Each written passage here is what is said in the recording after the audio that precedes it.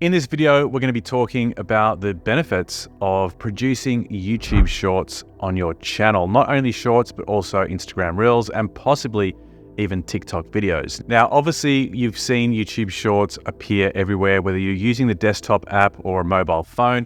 It seems as though YouTube is very strongly encouraging the user patterns to be, you could almost say, to addict people to using YouTube Shorts. Once you click on one, the carousel format just makes the content flow, and you could find yourself spending 5 to 10 minutes browsing through viral YouTube Shorts. Now, what if you don't have viral content on your channel? What if you're an educator, such as this channel? Well, there are still benefits to using Shorts in that these can help you discover a new audience. So the way you do that is to cut up your clips in shorter form and make sure that you have the most attention-grabbing aspects of your content presented as a YouTube Short. If you're a long-form content creator, such as myself, you probably find it a little bit counterintuitive to perform or to produce that type of content.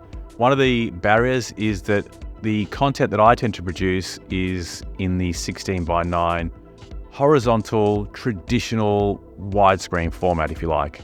And I prefer to shoot that way, and I'm able to capture more of the content in that kind of widescreen format. So going to a short format, inevitably you find yourself having to condense or crop that content in so it fits into a 9:16 vertical frame. I use both Premiere Pro and Davinci Resolve here on this channel. I love to edit on both applications, and they are equally adept at creating the vertical format videos. You just go into the timeline and create a 9:16 crop, and you can then adjust your video content to suit that new format.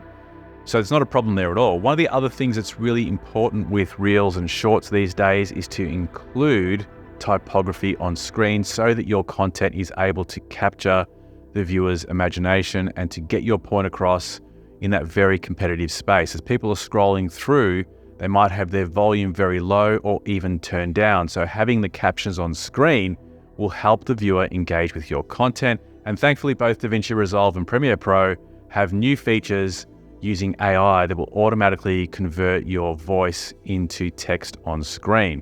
Now, if you don't have any of these programs, or you want an even easier way to create closed captions on screen on your Shorts and Instagram Reels, you could use Opus Clip, which is a new AI tool that's online. It's available as a free trial. And to use it, all you need to do is to copy and paste the URL of your long form video into the interface, and it will automatically go through the video, find the most interesting clips and cut them up into the 1-minute format. Obviously, being AI, it doesn't get everything right in the first instance, so you can go in and further edit the video by clicking on the edit option. You can also correct any typos, and this is obviously quite common, especially if you're dropping names and brands. And you can also cut the clips further so that you get that perfect 1-minute clip for Instagram Reels and YouTube Shorts.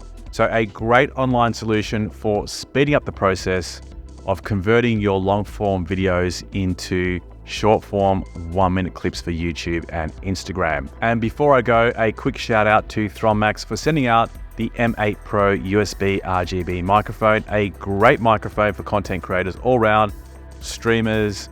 It looks really cool with that RGB lighting. And of course, as you can hear, it sounds absolutely amazing.